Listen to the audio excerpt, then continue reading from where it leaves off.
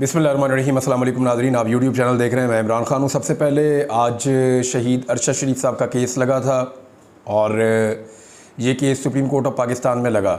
लगभग 1 साल गुजरने के बाद बिलाखिर ये केस लगा है। काजी फ़ाइज़ ईसा साहब जब से वो चीफ़ जस्टिस ऑफ पाकिस्तान है, ये केस लग ही नहीं रहा था।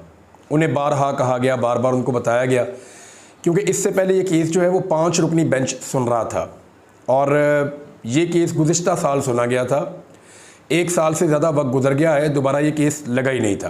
कई मरतबा सहाफ़ियों ने निशानदेही की, कादी साहब को कहा, उन्होंने कहा भी सुनेंगे, लेकिन वो केस उन्होंने सुना नहीं।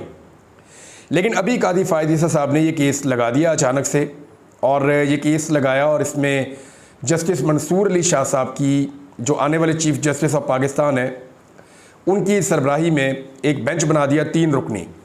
और कादी फ़ाइज़ ईसा साहब ने उन तमाम उसूलों को पसे पुश्त डाल दिया या उन्हें नज़रअंदाज कर दिया जिन उसूलों का वो दिन रात प्रचार करते हैं। क्योंकि सुप्रीम कोर्ट ऑफ पाकिस्तान में जब भी कोई केस लगता है अब, तो वो 3 रुकनी कमेटी है, उसके पास जाता है। वो कमेटी फ़ैसला करती है कि कौन सा बेंच बनेगा और कौन सा बेंच सुनेगा। अब इससे पहला जो बेंच था उसके कुछ जज साहबान अब इस वक्त है नहीं सुप्रीम कोर्ट का हिस्सा, तो कुछ जजेस तब्दील तो होने थे, ये तो ज़रूरी था। लेकिन कादी फ़ाइज़ ईसा साहब खुद से कर नहीं सकते, कमेटी में मामला जाना था। उन्होंने खुद से इख्तियार इस्तेमाल करते हुए इस केस को 3 रुकनी बेंच में लगा दिया, जिसमें आने वाले चीफ जस्टिस मंसूर अली शाह साहब। ज़रा इसको समझें, जो शहीद अरशद शरीफ वाला केस है वो एस्टेब्लिशमेंट के लिए एक चैलेंज है। वजह यह है कि शहीद अरशद शरीफ जिस तरह के हालात का पाकिस्तान में सामना कर रहे थे, उन्होंने जो निशानदेहियाँ की थी, जो उन्होंने खतूत लिखे थे सुप्रीम कोर्ट ऑफ पाकिस्तान में, उन सारी चीज़ों को आप देखें तो एस्टेब्लिशमेंट के लिए ये केस इतना आसान नहीं है। उनके लिए इस केस के अंदर प्रॉब्लम मौजूद है। अब अरशद शरीफ साहब का केस जो है वो इसीलिए अदालत में लग नहीं रहा था और इंसाफ मिल नहीं रहा। उनकी फैमिली ने कीनिया से इंसाफ ले लिया है, लेकिन पाकिस्तान में उनको इंसाफ मैसर नहीं आ रहा। तो ऐसी सूरत हाल में अचानक ये केस लग गया, लेकिन लगा आने वाले चीफ जस्टिस मंसूर अली शाह साहब की अदालत में। वहाँ पे जितने भी रिपोर्टर्स मौजूद थे या वकला मौजूद थे, मैंने उनसे बात की, क्योंकि मैं स्पेशली गया था इस्लामाबाद ये केस सुनने के लिए। तो उन सब ने मुझे एक बात बताई कि ऐसा लगता है कि कादी फ़ाइज़ ईसा साहब ये चाहते हैं कि वो ताकतवर हल्के जो अरशद शरीफ साहब के केस को दबाना चाह रहे हैं, वो और आने वाले चीफ जस्टिस मंसूर अली शाह साहब आमने सामने आ जाएं। इसलिए बजाय इसके कि इस केस को कमेटी में रखा जाता और वहाँ पे फैसला किया जाता कौन सा बेंच सुनेगा, कादी साहब ने खुद ही इसको 5 से 3 रुकनी बेंच के साथ लगा दिया। अब मंसूर अली शाह साहब के पास जब ये मामला आया तो थोड़ी सी डिस्कशन के बाद उन्होंने कहा ये केस लग कैसे गया, अभी इसको तो पहले 5 जजेस सुन रहे थे और अब ये 3 रुकनी बेंच के बाद कैसे आ गया, और ये कमेटी में भी नहीं गया। तो उन्होंने फिर ये मामला जो बेंचेस तश्कील देने वाली कमेटी होती है उस कमेटी को भिजवा दिया।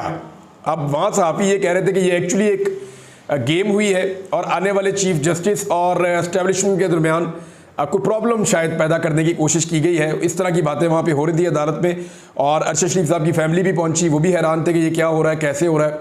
वो तो इंसाफ लेने की उम्मीद से गए थे, हम सब भी इसी उम्मीद से गए थे।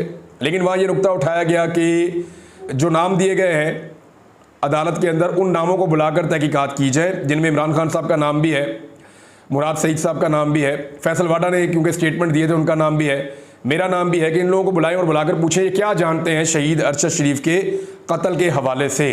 बहरहाल जब कोई बुलाएगा तो हम बताएंगे कि हमने इसके बारे में क्या इन्फॉर्मेशन है हमारे पास और क्या कुछ हम आपको बता सकते हैं। तो नाज़रीन, एक और जो बड़ी खबर है वो चीफ जस्टिस ऑफ पाकिस्तान कादी फ़ाइज़ ईसा साहब के हवाले से है, और ये हुकूमत के लिए बहुत बड़ा एक चैलेंज बन गया था मामला। चीफ जस्टिस को कत्ल की धमकियाँ दी गई और उनका सर काट कर लाने का जो है वो एक फतवा टाइप का जारी किया गया एक मजहबी शख्सियत की जानिब से, और उसके बाद सख्त कार्रवाई का हुकूमत ने पहले इंदिया दिया, फिर मुकदमा दर्ज किया। मुकदमा दर्ज करने के बाद वो जो मौलवी साहब हैं उनको गिरफ्तार कर लिया गया है। ख्वाजा आसिफ साहब ने इस पर कहा कि चीफ जस्टिस को कत्ल की धमकियों पर सख्त कार्रवाई की जाएगी। एहसन इकबाल साहब और ख्वाजा आसिफ साहब ने प्रेस कॉन्फ्रेंस की, बड़ी सख्त उन्होंने प्रेस कॉन्फ्रेंस की थी। तहरीक लब्बैक की जानिब से एक अदालती फैसले के बाद ये रद्द-ए-अमल सामने आया था, और उनके रहनुमाओं ने यह भी कहा कि सुप्रीम कोर्ट का घेराव भी करेंगे। कुछ लोगों ने कादी फ़ाइज़ ईसा साहब को कत्ल करने का फतवा भी दिया, उनका सर काटने का फतवा दिया। इस किस्म की चीज़ें चल रही थी, क्योंकि अगर कोई जमहूरी मुआशरा है, किसी मुल्क में रूल ऑफ लॉ है, तो वहाँ पर आप अदालतों में जाते हैं, अदालती फैसले के खिलाफ भी आप अदालत में जाते हैं, आप अपील करते हैं। कानून को अपने हाथ में लेने का जवाज़ नहीं होता, ये बात हमेशा से सब कहते हैं। इस पर पाकिस्तान तहरीक इंसाफ ने भी अपना मौक़िफ़ जारी किया है और तहरीक इंसाफ का कहना है वो इसकी मजम्मत करते हैं और ये अमल गलत है, ऐसा नहीं होना चाहिए। उन्होंने कहा कि अभी ये जो बात की ख्वाजा आसिफ साहब ने, तो उन्होंने कहा कि मज़हब के नाम पर मुल्क में खून खराबे की कोशिश की जा रही है। चीफ जस्टिस कादी फ़ायद ईसा को हीले बहानों से टारगेट किया जा रहा है। रियासत में एक सिस्टम होता है, बेबुनियाद इल्ज़ाम नहीं लगा सकते। रियासत पूरी ताकत से ऐसे फतवों का जवाब देगी। रियासत किसी ग्रोह की डिक्टेशन कबूल नहीं करेगी। मुल्क में आइन की हुक्मरानी होनी चाहिए, इंसाफ का बोलबाला होना चाहिए। चीफ जस्टिस को धमकी देना एहसन इकबाल के बकौल आइन की खुली बगावत है।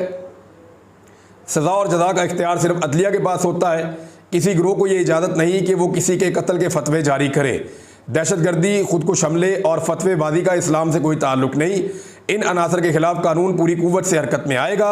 उन्होंने कहा कि हमें मुल्क में हर शहरी को तहफ़्फ़ुज़ देना है। अब जो TLP के नायब हैं, नायब अमीर, ARY की न्यूज़ के मुताबिक उन्हें गिरफ़्तार कर लिया गया है। इनका नाम है, ये तहरीक लब्बैक पाकिस्तान के नायब अमीर हैं ज़हीरुल हसन शाह साहब। ओकाड़ा से इनको गिरफ़्तार किया गया है। इनके खिलाफ पुलिस ने मुकदमा दर्ज किया और ना सिर्फ इनके खिलाफ मुकदमा दर्ज किया बल्कि 1500 मज़ीद कारकुनों के खिलाफ भी मुकदमा दर्ज किया है।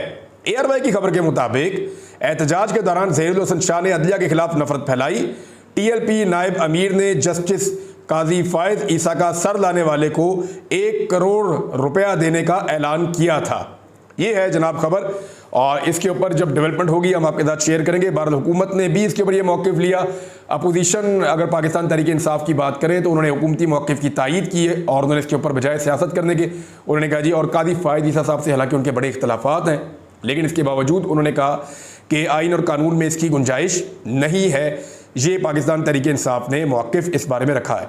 एक और चीज़ मैं आपको बताता हूँ नाज़रीन कि 9 मई के हवाले से मुतालबा इमरान खान साहब से बार बार ये किया जाता है।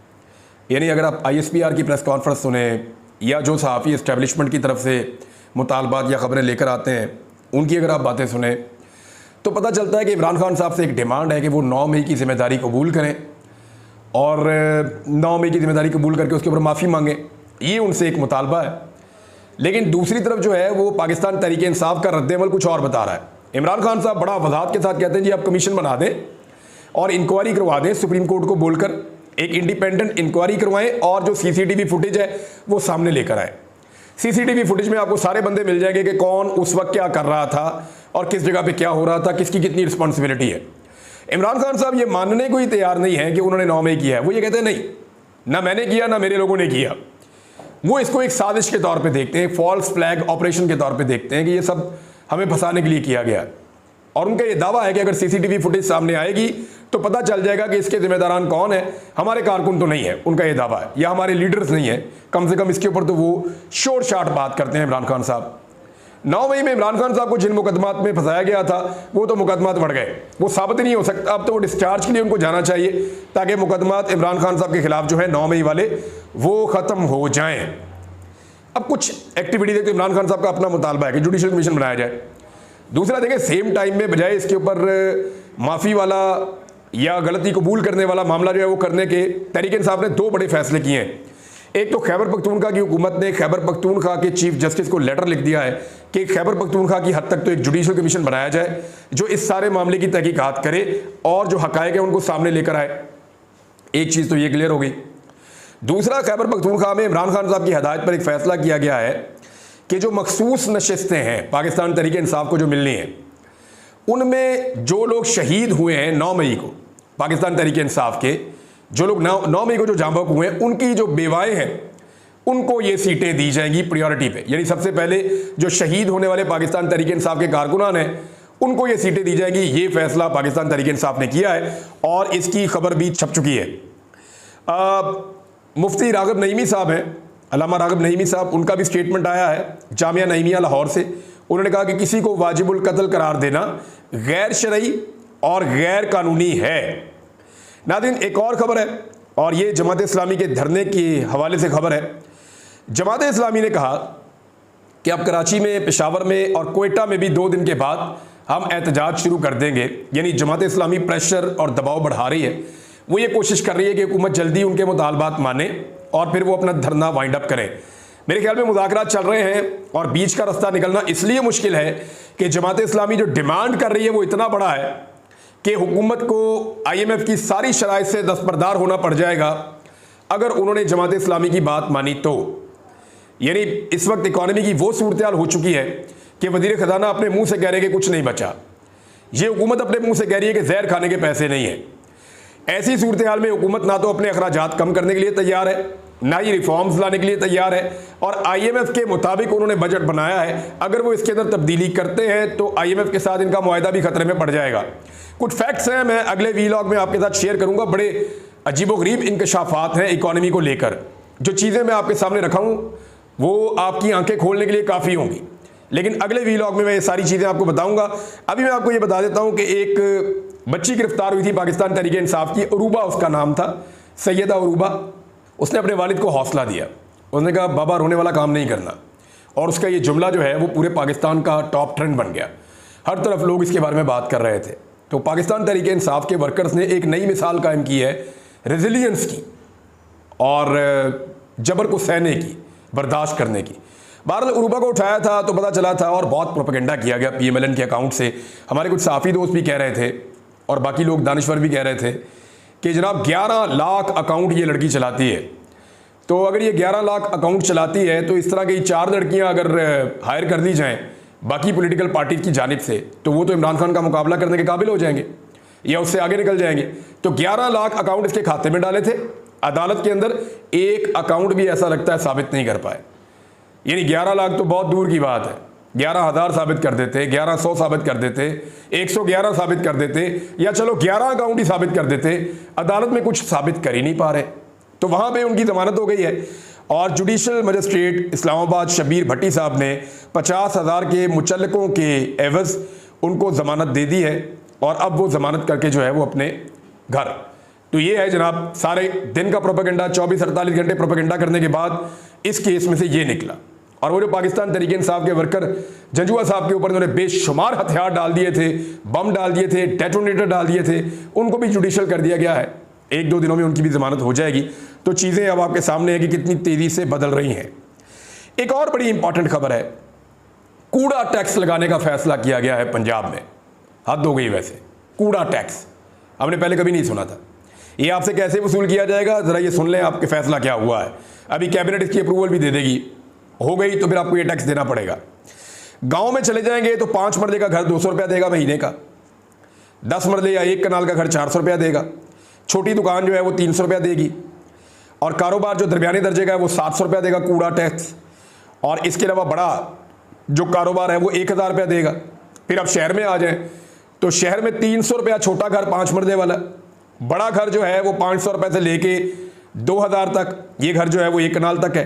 1 कनाल या उससे बड़ा घर जो है वो 5000 तक का टैक्स जमा करवाएगा, कूड़ा टैक्स। और फिर इसके अलावा जो है कारोबार वाले हैं उनके 3-3 हज़ार रुपया। पता नहीं क्यों ये समझ नहीं आ रही, ये कचरा उठाना, कूड़ा उठाना, ये तो रिस्पॉन्सिबिलिटी थी गवर्नमेंट की, और इसके लिए तो बाकायदा इदारे बने हुए थे। पब्लिक टैक्स जमा करवाती है, जो भी चीज़ खरीदती है उसके ऊपर टैक्स देती है। तो जब पब्लिक टैक्स देती है तो उस टैक्स के पैसों से ही कूड़ा उठाना है और तनख्वाहें जा रही हैं। अब अगर हर महकमे के लिए अलग अलग टैक्स लगाना है, कल ये कहेंगे जी सांस लेना है ऑक्सीजन के लिए टैक्स लगा दें, परसों ये कहेंगे जी शॉपिंग करनी है तो उसके ऊपर अलग से हम एक और टैक्स लगा दें। यानी हर चीज़ के ऊपर टैक्स तो पहले ही लगा हुआ है। वो जो आपका सेल टैक्स है वो अलग से लेते हैं। हर चीज़ पे टैक्स लगाने के बाद अब कूड़े के ऊपर भी टैक्स लग गया पंजाब में। ये गवर्नेंस के रिकॉर्ड कायम हो रहे हैं, आप अब अंदाज़ा कर लीजिए। एक और बहुत इंपॉर्टेंट केस है नाज़रीन, इसके ऊपर मुझे डिटेल में बात करनी है, लेकिन इस्लामाबाद हाई कोर्ट के चीफ जस्टिस ने फैसला महफूज कर लिया है किस मामले पे। वो जो इलेक्शन तरमीमी एक्ट जो है, ये मामला गया था इस्लामाबाद हाई कोर्ट में कि ये तरमीम की गई है ना कि रिटायर्ड जजों को लाओ और लाकर लगा दो ट्रिब्यूनल्स में। ये मामला वहाँ चैलेंज हुआ था। तो चीफ जस्टिस आमिर फारूक साहब ने इस केस के ऊपर फैसला महफूज कर लिया है। वो कह रहे हैं कि 1-2 दिन में मैं इसका फैसला सुना दूंगा, इसमें क्या होने जा रहा है और बाकी चीज़ें कौन सी हैं, वो सारी चीज़ें मैं आपको बता देता हूँ। लेकिन अब तक के लिए इतना ही। अपना ख्याल रखिएगा, अपने इस चैनल का भी। अल्लाह हाफ़िज़।